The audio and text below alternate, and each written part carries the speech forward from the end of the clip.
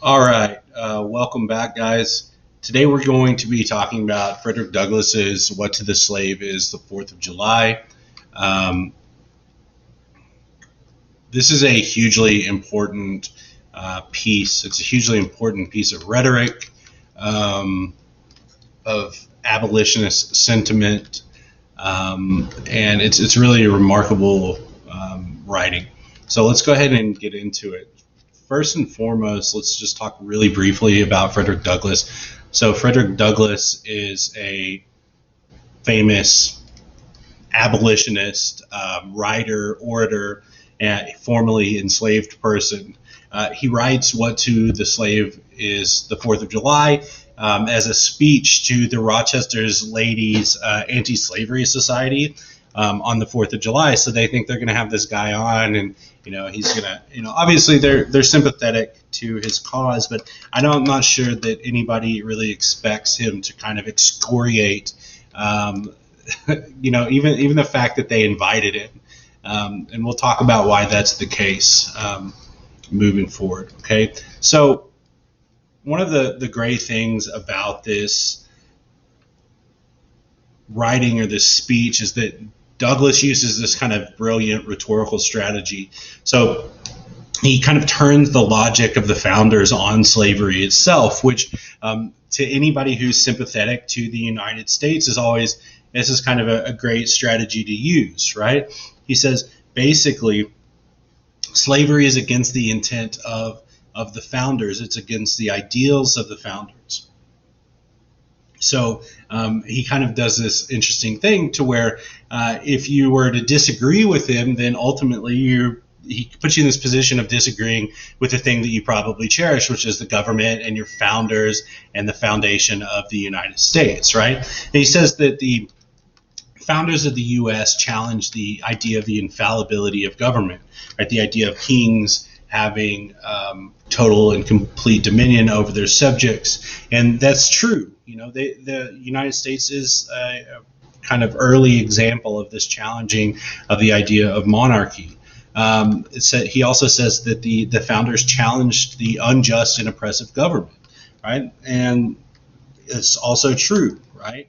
But he says that, moving forward, and he's writing this in 1852, moving forward, we have to maintain this logic, right? We have to maintain the idea that government is not infallible, and that unjust or injustice and that oppressive government should be challenged, right? And he's taking this directly from the founders, so it's kind of incredible. But he's saying, look, the very things that the founders challenged, I'm challenging today. Okay. So he says, Americans do have the right to be proud of their founding. But should that pride, he kind of asks this question, should that pride extend to the slave as well? We can move on to the next slide with a resounding no, right? Obviously not. He says, what have I or those I represent to do with your national independence? Are the great principles of political freedom and of natural justice embodied in the Declaration of Independence extended to us? And am I therefore called upon to bring our humble offering to the national altar and to confess the benefits and express devout gratitude for the blessings resulting from your independence to us? So he's basically saying, no, absolutely not, right? The fact that we have an Independence Day does not extend to the slave. Therefore, the slave should not be grateful, should not extend this reverence to the idea of the 4th of July. And in fact, he's incredulous of the fact that these women would even invite him, a former slave who escaped out of slavery, to even speak on the 4th of July, right? Move my picture over here so you can see. He says, I am not included within the pale of this glorious anniversary. Your high independence only reveals the immeasurable distance between us. The blessings in which you this day rejoice are not enjoyed in common, right? So the idea that they would have him speak is kind of like putting salt in the wounds. And in fact, the 4th of July to slaves or to former slaves is like salt in their very fresh wounds at the time, right? It's an act of kind of immeasurable cruelty to celebrate freedom while denying it to others. So he's angry, and he says, "This 4th of July is yours, not mine. You may rejoice, but I must mourn. To drag a man in fetters to the grand illuminated temple of liberty and call upon him to join you in a joyous anthems were inhuman mockery and sacrilegious irony," right? So he's really telling it to these women that brought him up to speak in front of them. "Do you mean, citizens, to mock me by asking me to speak today?" And I think his anger and his rage are understandable, right? He kind of is questioning what they intended for him to say on this day. Maybe they understood, but he seemed to be very angry about it. So the 4th of July is a cruel reminder of the lack of freedom that black people have in America. Right? He says, "Above your national tumultuous joy, I hear the mournful wail of millions, whose chains, heavy and grievous yesterday, are today rendered more intolerable by the jubilee shouts that reach them." Right? Imagine being locked in slavery. We probably have things that pale in comparison. When people are doing something enjoyable and you're unable to, but imagine something, so much higher and worse than that, right? Being held in chains, being beaten, being deprived of your liberty, having your children sold, and being forced to work day in and day out while people around you are celebrating their freedom, right? It's almost unimaginable, that level of cruelty.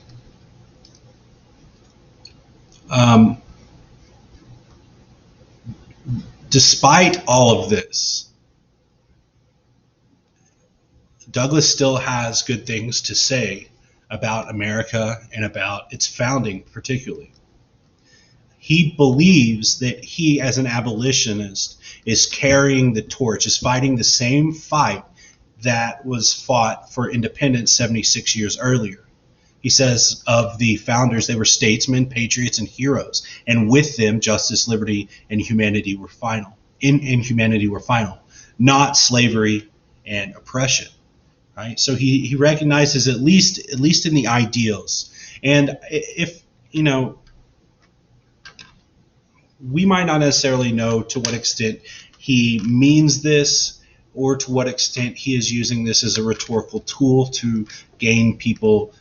To bring people to his side, but it's effective nonetheless, right? Because it doesn't give people an option, right? Either you support the ideas of America, which are liberty, justice, and humanity, not slavery and oppression, or you support those things like slavery and oppression, in which case you're not supporting the ideals of America. So he's using patriotism almost as a tool to bring people over to side, and that's why this is so rhetorically impressive.